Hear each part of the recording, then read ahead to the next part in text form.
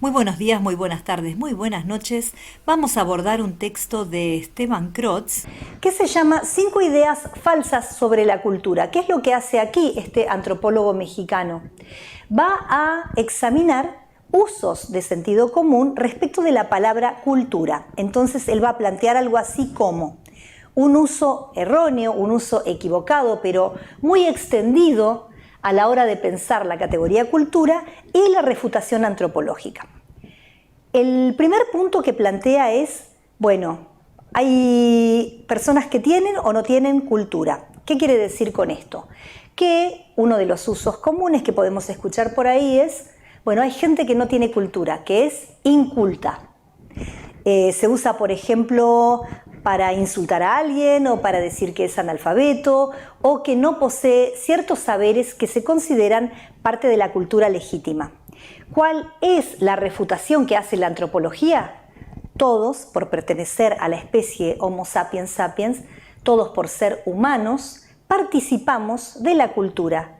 Nacemos en un grupo y aprendemos las formas que ese grupo tiene para culturizar todo lo que tiene que ver con nuestro comportamiento que nos hace humanos. Ese es el primer uso entonces. El segundo uso es cuando las personas dicen que hay culturas mejores que otras. Es decir, que podría haber jerarquías entre las culturas. ¿Qué es lo que dice Crotz? Las culturas son equivalentes.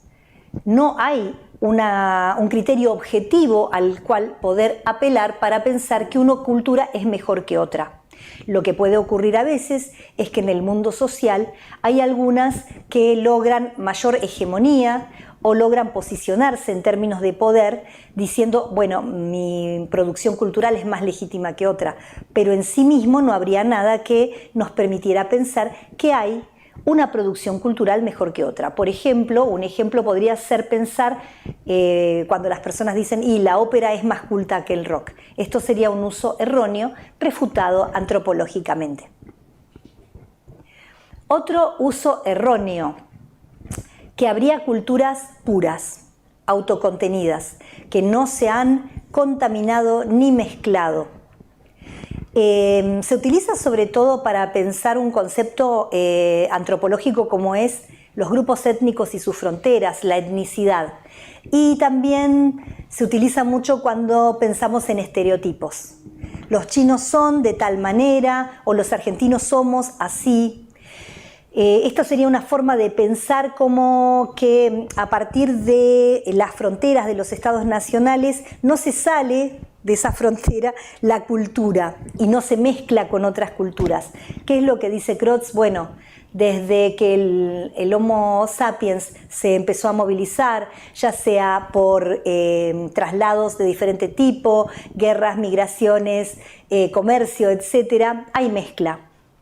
Con la globalización cada vez más hay mezcla entre culturas, hay procesos de adaptación, de apropiación de producciones culturales, de bienes culturales y también hay, y esto es una categoría de un argentino que está en México que es García Canclini, hibridación cultural, hay mezcla. Esta es la refutación antropológica a esta idea de que podría haber culturas puras, culturas autocontenidas.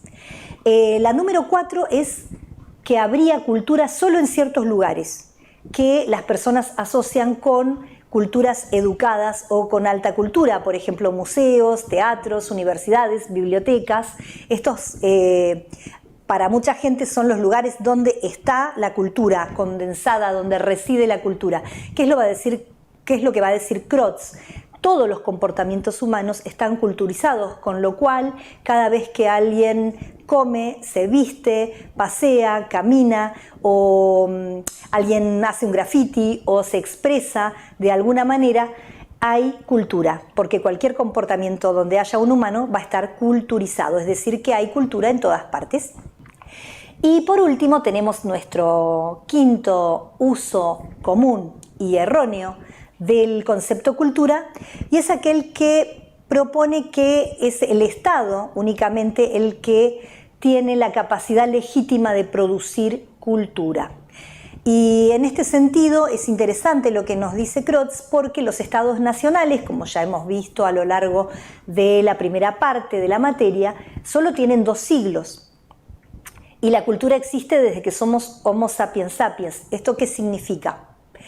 Que el concepto mismo de cultura es una creación como concepto propia del siglo XIX. Pero la cultura, como expresión humana, tiene que ver justamente con el momento en que pasamos a ser humanos. Y esta es la gran distinción entre tomar la cultura como objeto de estudio, que es lo que hace la antropología. Pensemos que, y ya lo dijimos también antes, la antropología se divide en antropología social, en la corriente inglesa, y antropología cultural, que es la corriente más norteamericana, y tiene como objeto de estudio la cultura de esos pueblos que constituyen la alteridad. Y tiene como objeto entonces también la diversidad cultural.